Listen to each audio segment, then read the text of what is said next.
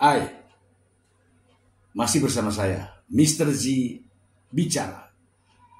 Tentu saja bicara tentang kebenaran, berdasarkan fakta, data, dan realita.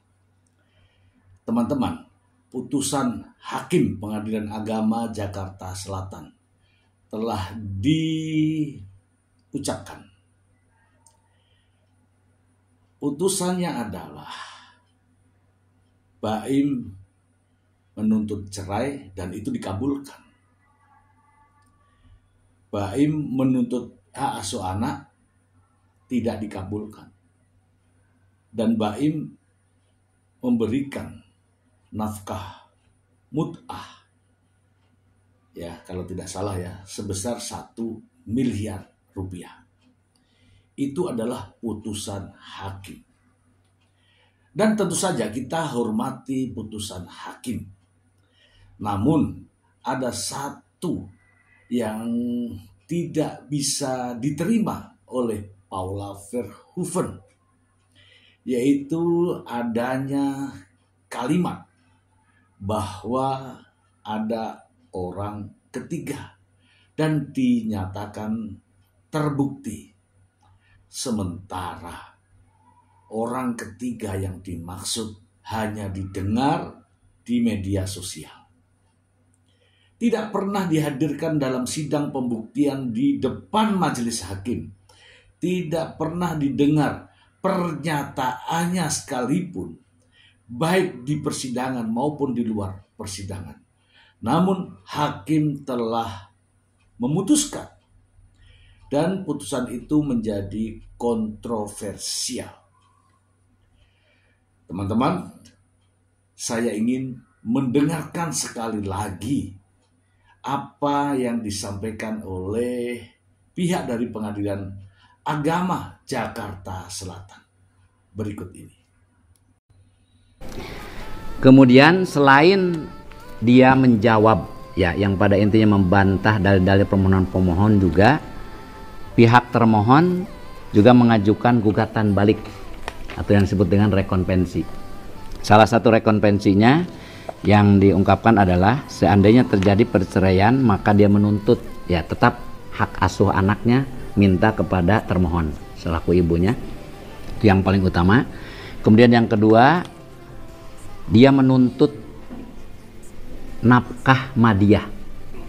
Jadi karena selama berpisah 1 April sampai dia terhitung 1 April sampai September sekitar 8 bulan, ya dia menuntut nafkah setiap bulannya 100 juta, berarti total 800 juta.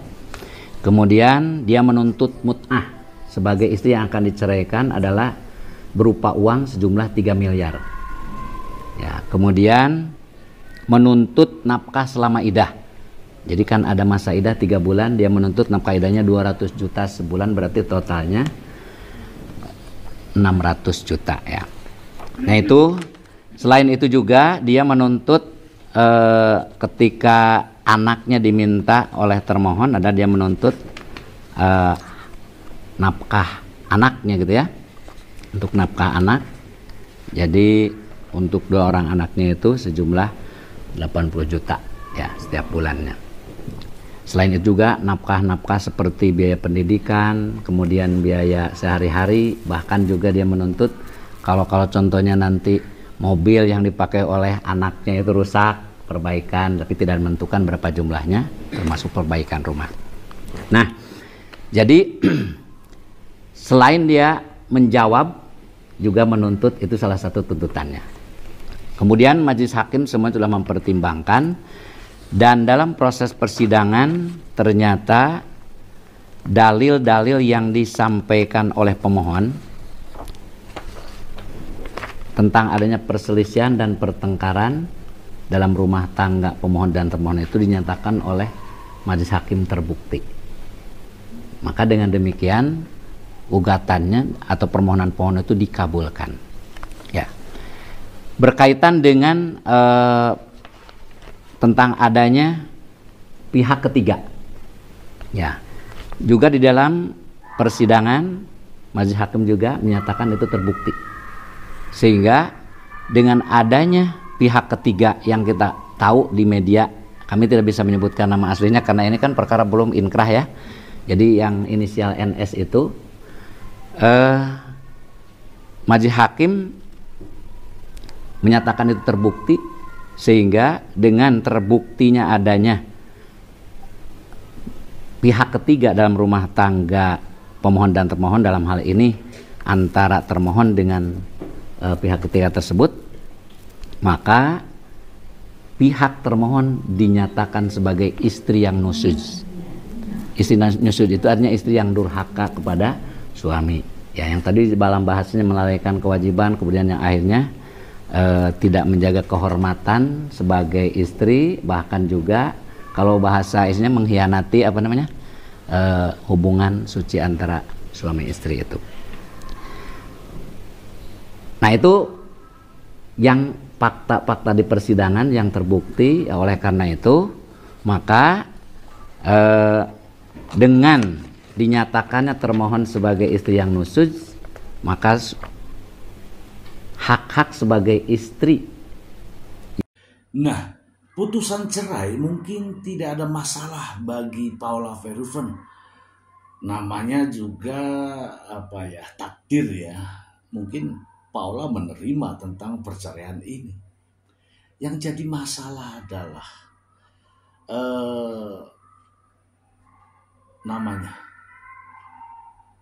namanya jatuh serendah-rendahnya ketika disebutkan sebagai istri yang durhaka. Itulah yang sekarang ini diperjuangkan oleh Paula Verhoeven. Saya kira bukan hanya Paula Verhoeven yang mengalami hal semacam ini.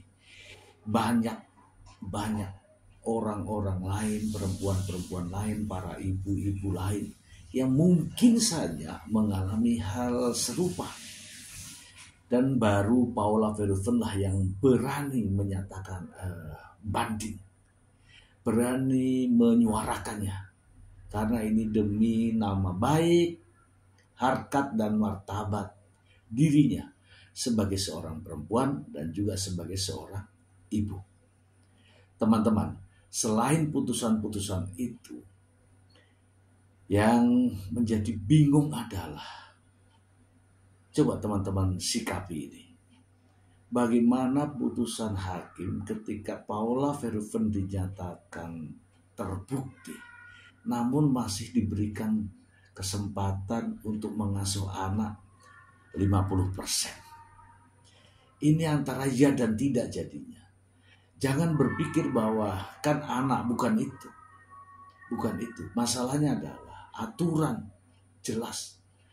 Ketika seorang dinyatakan bersalah, maka tidak memiliki hak atau dicabut haknya dan sepenuhnya diberikan ayahnya. Namun anehnya di sisi lain terbukti, namun di sisi lain masih diberikan haknya.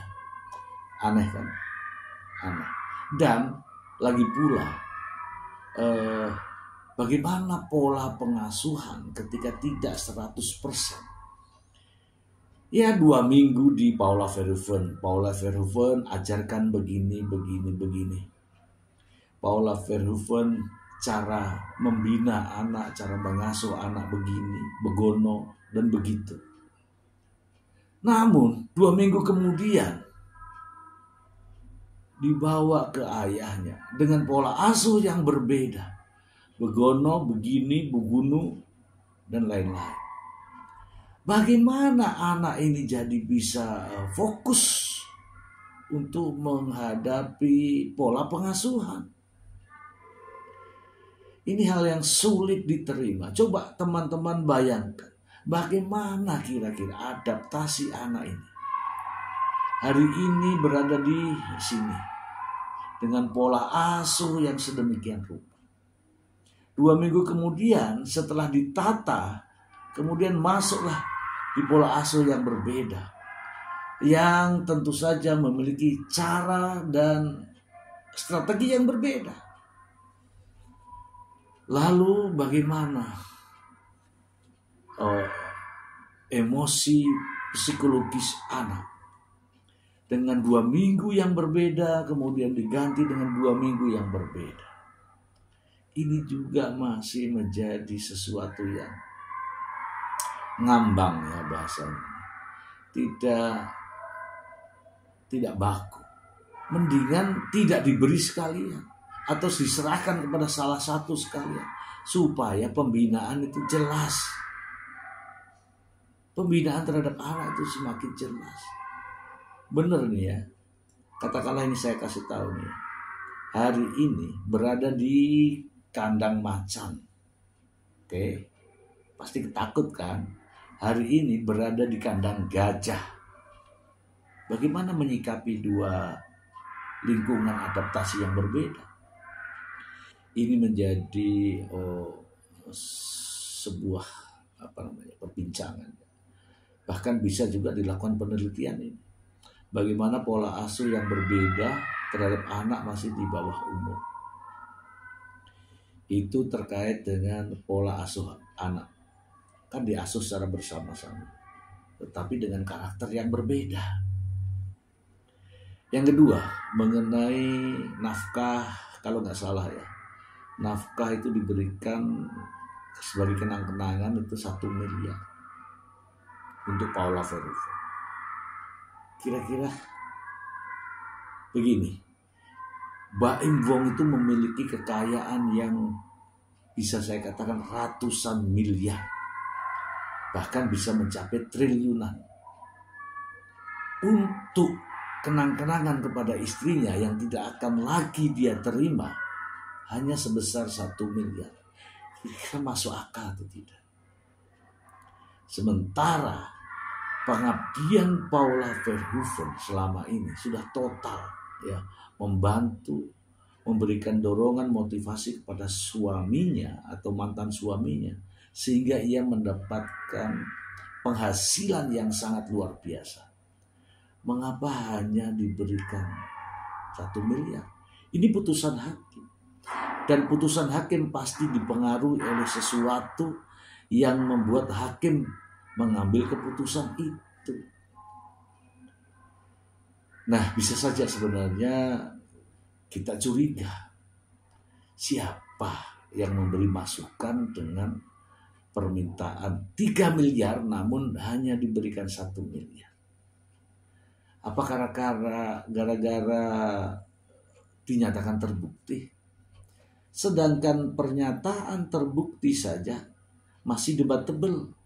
Masih dipertanyakan lagi. Terbukti itu dari mana? Sementara hakim sendiri mengatakan bahwa pihak ketiga yang disebut-sebut di media sosial, artinya apa? Tidak pernah didengarkan kesaksiannya di depan hakim. Hanya berdasarkan asumsi di media sosial. Sementara Paula Verhoeven sendiri sudah membantah. Saya sampai detik ini ya masih terus mengkaji. Walaupun ya tidak ada hubungan saya dengan Paula Verhoeven. Tidak kenal. Demikian juga dengan Baim Wong. Namun saya peduli dengan masalah ini.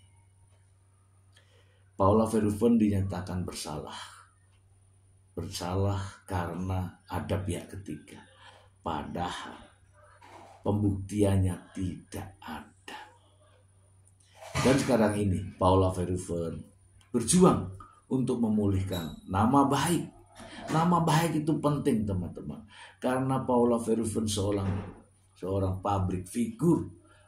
Perlu nama baik itu dipulihkan. Bahkan sebagai seorang wanita, sebagai seorang perempuan, sebagai seorang ibu rumah tangga. Sebagai seorang ibu dari anak-anak.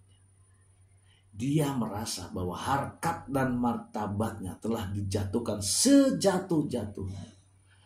Untuk itu wajar jika Paula Verhoeven berjuang, melawan untuk memulihkan nama baiknya dan juga harkat dan martabat sebagai seorang perempuan. Ini terlihat ini perjuangannya hanya untuk Paula Verhoeven.